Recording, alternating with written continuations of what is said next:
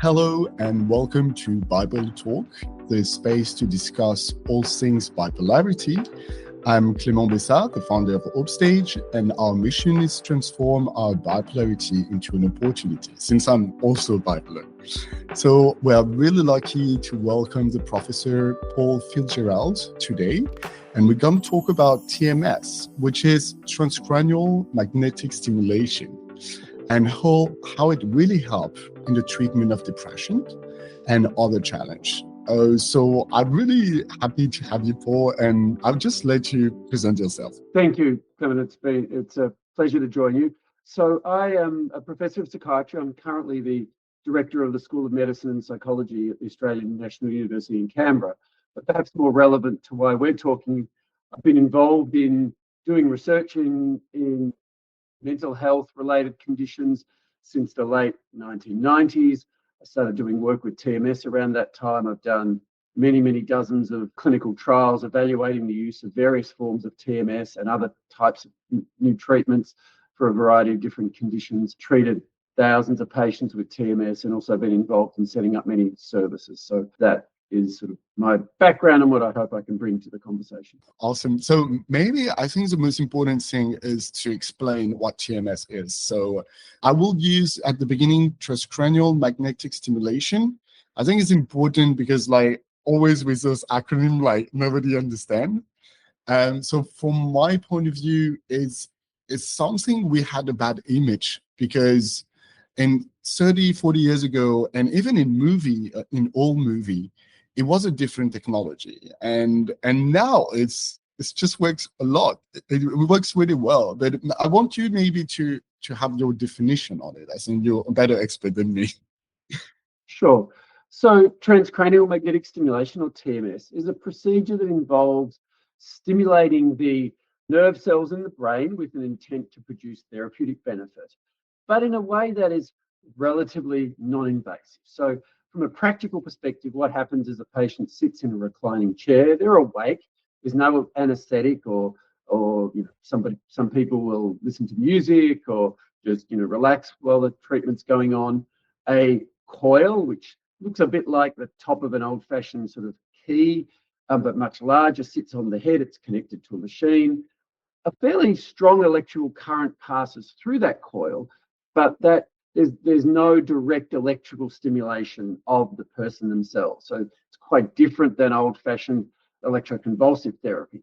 What happens, though, is that when that electrical current is switched on and when it's switched off, it generates a magnetic field. The magnetic fields pass through us without any resistance. That's why we can have an MRI scan. The magnetic field will just go through us. And so the magnetic field goes into the brain without any resistance by the skull or the scalp. And when you apply a magnetic field to something that conducts electricity, you can induce an electrical current. And our brain is full of things that conduct electricity, nerve cells in our brain. And so if that magnetic field is strong enough, it will actually make those nerve cells fire. So it's a bit of a cheats way of stimulating the brain because we don't have to directly apply electricity. We use the magnetic field to get this current into the brain, and then we can stimulate these nerve cells. So if you just do a single TMS pulse and say, for example, you're up over the area of the brain that controls the muscles in the hand, it'll cause those nerve cells to fire, which will send a signal down to cause a muscle twitch, which is quite odd. You feel this sort of tapping on your head as it stimulates the nerves in your scalp, and you get a little twitch in your hand. When we're treating a condition, we're trying to target an area of the brain that we think is involved in that. So if somebody is depressed, the most common target is at the sort of left frontal part of the brain. And we're stimulating multiple times, often over the course of treatment, many thousands of times. And most simplistically, the idea is that if we repeatedly stimulate nerve cells and we make them fire, we can change their activity. The brain operates almost on a use it or lose it basis. The nerve cells that are most active tend to get reinforced. So we're trying to change the activity levels in a particular area of the brain, but more importantly, to strengthen the connections in particular circuits and restore what is more normal sort of brain function. So the patient sits there, they undergo this procedure, which can take anywhere from a couple of minutes up to maybe half an hour, depending on the way the TMS is being done. And then they get up and walk out and they can drive home or go home. Most inconvenient and the most challenging part of TMS is you just have to come back and do that a fair bit during an initial course of treatment. But hopefully, and for many, many people, that is then successful and results in a resolution of their depression. Yeah, I feel like as a patient myself who have bipolarity is like you really have those different steps when you're in depression. You have things you can do to try to prevent it, which is not easy, but sometimes you can do it, like taking stabilizer, like medicine. But when you get into depression, it's really tough to get out of it. And TMS is like, it's a really like I really had a lot of testimonial about how good it was.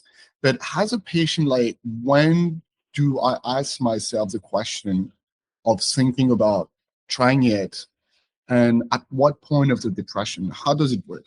Yes, so as you've already identified, the predominant use for the application of TMS is in treating depression. Now, that can be in somebody who has standard recurrent so-called unipolar depression, or it can be somebody with bipolar disorder. My sense is, as somebody with bipolar disorder is becoming more depressed, the most typical and the most appropriate treatment initially is to try to maximize the degree of mood stabilization that is possible. So, checking the dose, making sure there's not something else going on, perhaps providing increased social support if that's necessary. So, all those standard sorts of things. But if someone with bipolar then becomes really significantly depressed, that is a difficult challenge, because we know that particularly with people with more severe forms of bipolar disorder, standard antidepressant medication can be quite problematic.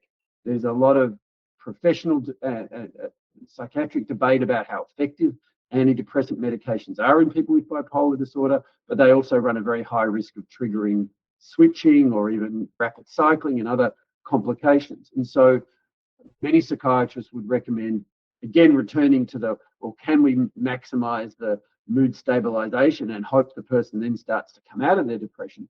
But that frequently doesn't work, in which case then you need other options. And I do think TMS sits as another option in that space.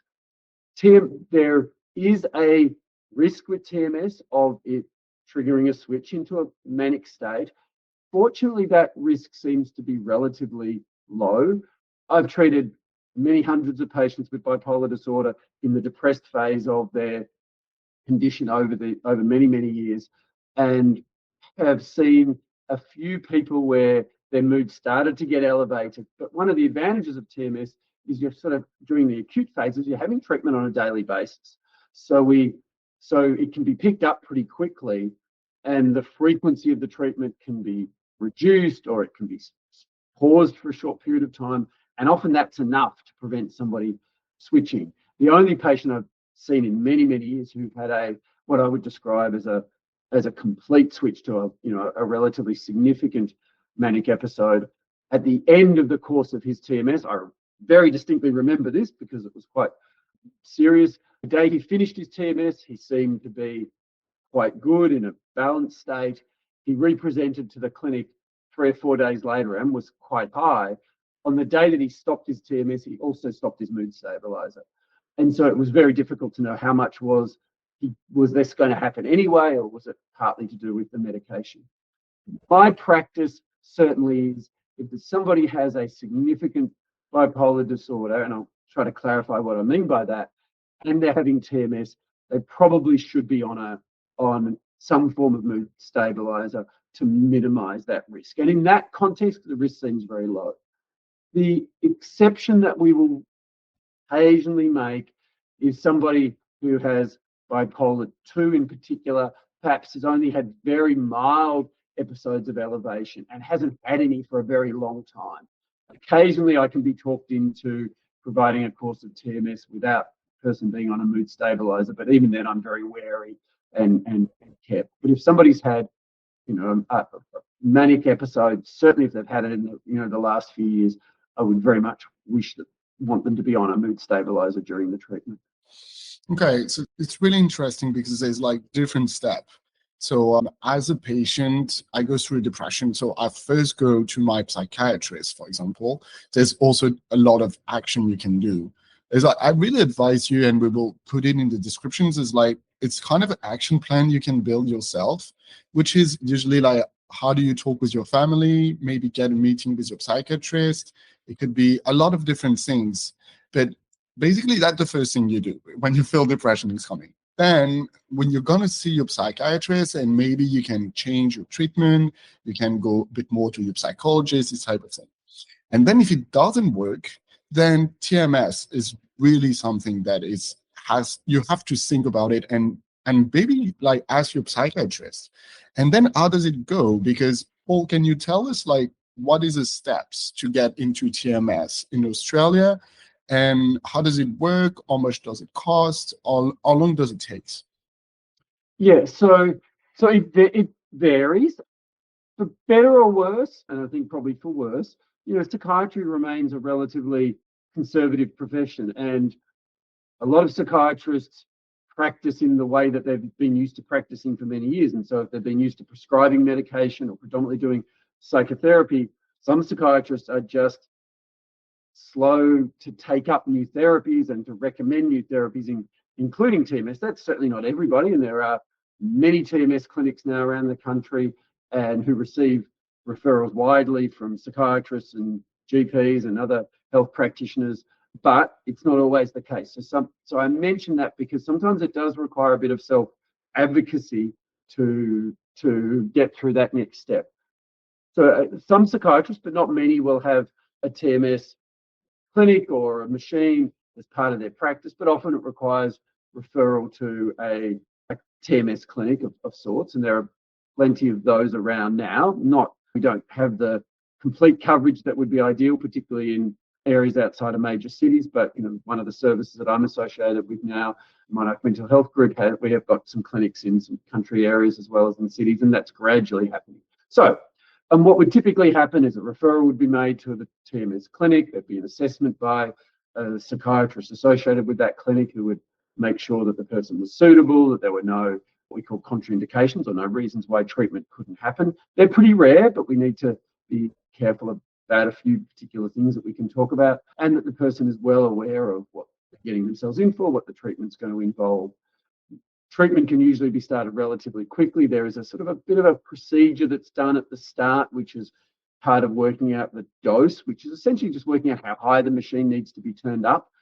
Effectively, as I described earlier on, when the machine stimulates the area of the brain that controls the muscles in the hand, you can see a response. And so we do a thing called a motor threshold, which is to stimulate that area and just work out how high the machine needs to be turned up to get a muscle twitch. Because that's a really good guide for basically how high it needs to be turned up for you. We're not treating that particular site, but how high the machine needs to be turned up tends to be more determined by things like just how thick your skull is and how the distance between where the coil is going to be and the brain itself. So that's done, and then the person is sort of booked in for a course of treatment. Costs vary a fair bit, and when TMS was first made available in Australia, it was pretty much all having to be funded by patients out of pocket. And it's not a cheap treatment because there's a clinic visit with all the procedures involved on a daily basis for between 20 and 30 treatments. And so the cost was, in most places was somewhere in the sort of $3,000 to $5,000, $6,000 range for a course of treatment. It is now covered in a variety of different ways through. It's available as an inpatient in some private hospitals. It's often covered through workers' compensation or Medicare, not Medicare, sorry, some of the government and other insurance agencies for people who have medical coverage under those agencies or Veterans Affairs. The most controversial aspect of the financial coverage of TMS is the funding of it through Medicare. And so we spent many, many years trying to persuade Medicare that TMS should be funded through the public purse. And at the end of 2019, that commenced. Medicare will fund quite a significant course of treatment, up to 35 treatments and some additional treatments after that. And the funding is for a major depressive episode. So that doesn't exclude somebody with bipolar disorder because they're experiencing a major depressive episode. However, what Medicare did when they funded treatment is they put a really dramatic restriction on longer term treatment. So whereas with most things in psychiatry and most things in medicine, you can go back and have funded treatment multiple times. So for example, a course of psychotherapy with a psychologist this year, you have your sessions and you can go back and have another one next year. I could have an operation on my knee every year for the rest of my life, the same operation, and the system would fund it.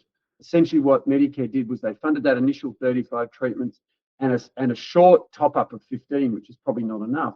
And then they don't fund treatment down the track, which is I think very quite discriminatory in some ways and somewhat problematic. But getting them to fund the initial treatment's a good start.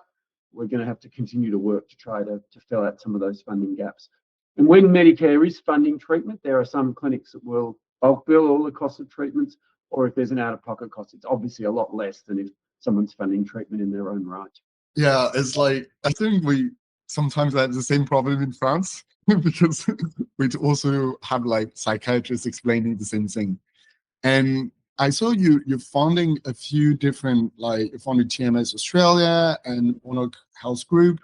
Can you tell us, like, what is the process from beginning to the end? I think it's really important because the goal is like when you have depression, like I did, your brain is not working properly. So it's really hard to make decision and to try and to have hope, to try something else. And what I usually try to do is to really try to really have this action plan that you build before your depression. So you don't have to think too much. When the depression hits, you really have your plan, which is like you build your own plan. It's really personalized. You can do it with your psychiatrist. I can also help it. And then at a certain point, TMS is like the solution, but maybe it's good to have like a contact where you want to go, how you want to do it, and maybe even a plan like on like how many at what time on it's like what would you advise people to do and how does it work? Like usually how long does it get to get a first meeting? How many meetings? How do you choose the clinics? I think it's really important and practical because I advise you to really do it when you listen to this episode. It can really prevent your next depression. Not prevent, but actually like stop it way before it would have been naturally. Look, I totally agree kind of with everything you're saying about the preparation is absolutely important because once you get into that state, it is just much harder to do any of the things that you want or need to do to help yourself. So the more you can think about this in advance and plan it and discuss it and make those plans, perhaps discuss them with somebody you really trust and who cares for you, such that particularly if some patients find that they have a sense that when they go into a depressed state, they're much less likely to act on doing things. So somebody can give you a bit of a prod and say, look, this is what you had wanted to do under these circumstances. So I think I agree with all of that 100%. I think from the point of view of TMS clinics and access, I think that probably the most sensible thing is to start with a discussion with the psychiatrist and or GP or psychologist to find out, is there a particular practice in your local area that they recommend and that they work with, because that will mean that the communications will be smoother. But it's also just possible to Google and have a look what's around your area. In reality, this is one area where convenience does matter. Having a clinic that's close to you matters because you're going to be, most courses of TMS are a daily treatment over, a number of weeks. It's a much bigger deal if you're driving an hour than if you're going around the corner and it's 5 minutes away. So lowering the barriers to access is probably a good thing. And generally speaking, I certainly don't want to vouch for everybody in any circumstances. The technology itself is not that complicated. The protocols are relatively straightforward.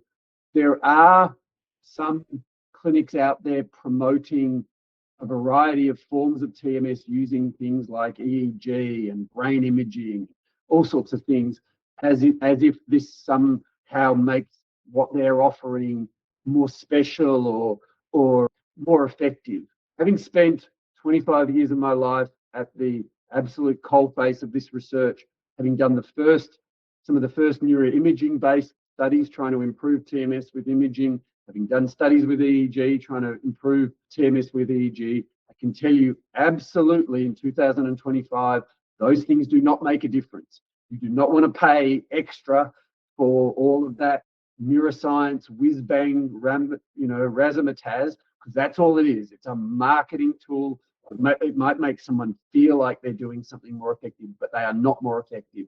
So you don't need to go out of your way for those sorts of things. You just want a reputable clinic providing standard treatment, and that's going to work much more effectively for you. So whether or not you establish a relationship with that clinic in advance, that's possible. You might just find out who they are and talk to your doctor and have them prepared to make a referral. But, it would also be possible to have a referral made to a clinic and just say to the clinic, I don't need treatment right now, but I just want to be on your book so I know who to ring, when the time comes. I think all of those are sort of sensible ideas. Quick break. Can you let us a review on Apple Podcasts or the platform of your choice? It really helps us break the stigma around bipolarity. Let's get back to the episode. Yeah, I thank you for advice, because it's true that it's really tough when you're a patient or even the loved one to make the right decision in those moments. That's why I think it's really good to try to think about it really before the depression hit. And it's really good also that to build the system with your loved one, because as I was feeling before, like when I was in a deep depression, I couldn't make decision myself. I was too anxious. I couldn't do it. And thanks to my mom, it really helped. But I have to say, like, really try to build the system and think about TMS with a loved one. It could be a partner, it could be a friend, it could be your mom, but it's really important, because then, like, you really know what to do and you will make less mistake, because you're not going to be like it's not going to be about marketing. You're really going to do the thing. And one thing which was really interesting, Paul, and I'm really curious to know a bit more about it, is like you trained a lot of clinicians about TMS, and it's a technology that there's a huge potential, basically. And what do you feel like the future is going to be, and how do you think we can improve that and making, yeah, because I feel like, first of all, there's like stigma about it because of old movie, which is, I think, a huge problem, because we still see TMS as like, you're going to become a vegetables. I think you still have that, at least in France and Australia, maybe not that much, and so it's not the case anymore. So it's like we did mistake in the past, but it was like not even in this century. And then, like, how do you think like this technology is going to evolve, and how it's going to improve? Yep. So I absolutely agree. There's still a lack of knowledge in the community about what TMS is, and often it does get confused with other types of treatments like electroconvulsive therapy. But I think the interesting thing is, as soon as patients have an experience of TMS, they kind of just realize how relatively straightforward and simple the actual treatment is. And not for everybody, but for the vast majority of people, it's just very well tolerated with, a lot fewer side effects than the medication that they've been taking for a very long period of time. We are still doing research, and we work with people all around the world still doing research to improve the way TMS is applied. And that's really there's three domains of ongoing research and focus. One is we can use TMS in what we call the maintenance phase. So someone's had an acute episode of depression's gone away, but their depression tends to come back very frequently, and trying to use TMS being applied much less frequently, maybe once a week or once a fortnight or once every 3 weeks, to try to keep them well. A lot of that's done already because it does work, but it's never really been adequately proven to work in clinical trials enough that we've been able to convince authorities like Medicare to pay for it. So we need to do that research. The second area of research, which is something I've already sort of touched on, is whether we can use these other forms of technology, whether it's EEG or brain scanning, to improve the effectiveness of TMS. I said very clearly, and I 100% believe it, we are not at that stage yet, but we might get to that stage. we've learned a lot in that research. And I was convinced a few years ago that, based on the research that we did, that using an MRI scan to better position the coil would get us better outcomes, because it was getting us better outcomes. But we learned how to use this to get the coil to that same place without having to use the MRI scan, so we can do it in a cheaper way. So we're still doing a lot of research around that personalization, and it may prove to be helpful, or it might not. We'll have to see. The third third area in the area that's getting a lot of attention at the moment is about the scheduling of treatments. So when TMS was first invented, it was basically done Monday to Friday, 4 weeks. That sort of over time got extended up to 6 weeks. And that's very effective, but it takes a long time. It's inconvenient for people. You know, if you live out in the country and you have to drive somewhere an hour, or I've had patients drive 2 hours for every treatment, that's extremely difficult to do for 4 to 6 weeks. So there's been a lot of attention in the last decade, and increasing attention, on whether we can modify and have much more constrained or shorter courses of treatment, where we give much higher dose for a short period of time. These are often called accelerated or intensive courses of treatment, which could be as quick as 1 week. And there's even been a little bit of research in the last 12 months about 1 or 2 days. Now, our group, we've done a lot of research in this area, and we've sort of shown that some of these protocols get you about the same degree of efficacy as a longer protocol. So that is certainly more efficient. And we're starting to work out how we can use those in clinical practice, because often they require the patient to be around for longer on each day. They're just there for fewer days. So how do you make that convenient for somebody? There's been a lot of attention about some protocols that are very, very high dose, and whether they're getting patients better at even a much higher rate. I'm still a little bit skeptical about whether they're that much more effective, but it's possible that we'll end up with a treatment that can be done very effectively in a very short period of time. And that's great, because it means patients getting better quicker. It means it's a lot cheaper and more convenient for them, and so forth. Having said all of that, one word of caution, that some of these accelerated protocols are starting to be tested in people with bipolar disorder, and promisingly so. It has been our experience in the past that, particularly in the maintenance phase, so when patients have got better and we're using TMS to keep them well, if we do too much TMS too closely together, we tend to get some patients who get a little bit, not go, completely switching to manic, but are starting to get a little bit elevated. And so the frequency of the sessions, how close the sessions are together, we just have to be very careful in people with bipolar disorder not to develop a treatment that becomes more likely to cause those problems. It doesn't seem like that's too big a problem at this stage, but we're just going to have to be careful. But certainly, I'm quite excited about the possibility that we can do this in some of our clinics now, particularly for people from country areas. We're providing some of these more intensive protocols, just because in reality, for those patients, standard TMS is not practical. So, we will have some patients who might come down from the country, stay for a week in the city, and we'll provide an intensive week's worth of treatment, rather than them having to stay for 4 or 6 weeks, which is very expensive and very impractical.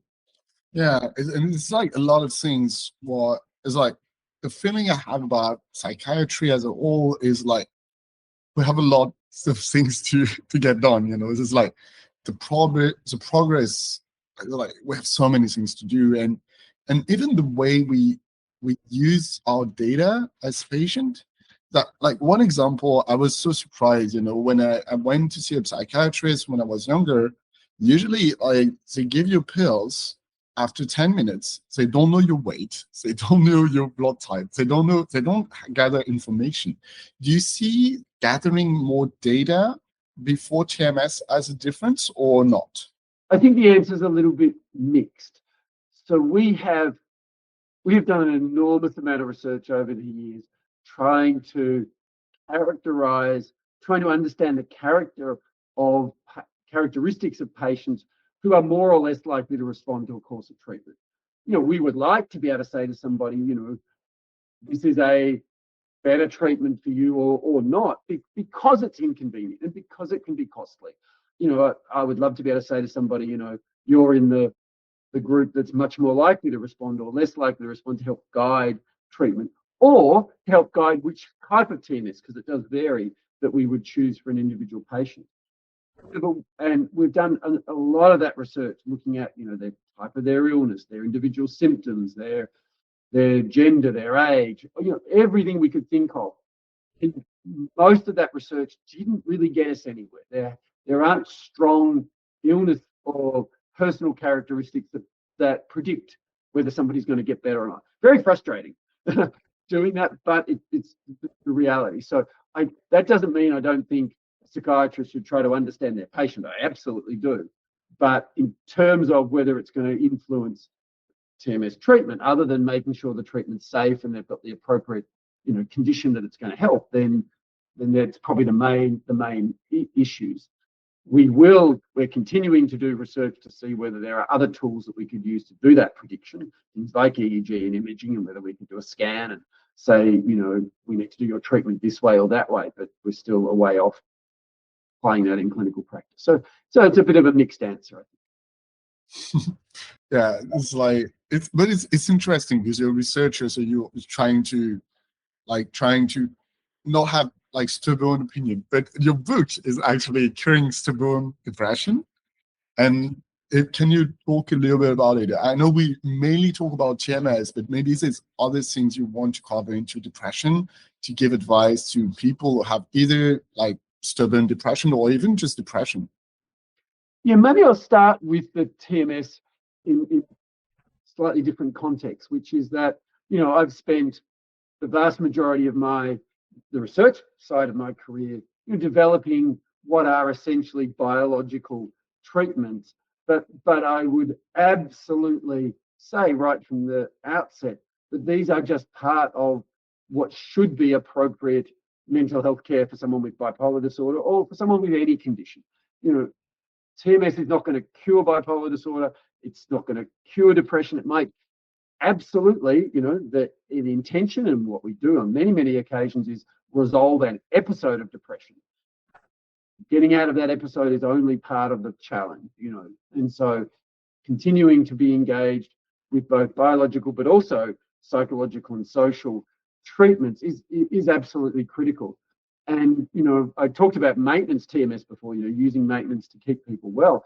But in my personal practice, I end up recommending psychological interventions at that stage more really than anything else. Very well done mindfulness-based cognitive therapy. So not just meditating and not having just dry cognitive therapy, but an integration of both is one of the best things that somebody who's struggled with depression can do. Not when they're depressed. It's almost impossible to engage in mindfulness when you're seriously depressed.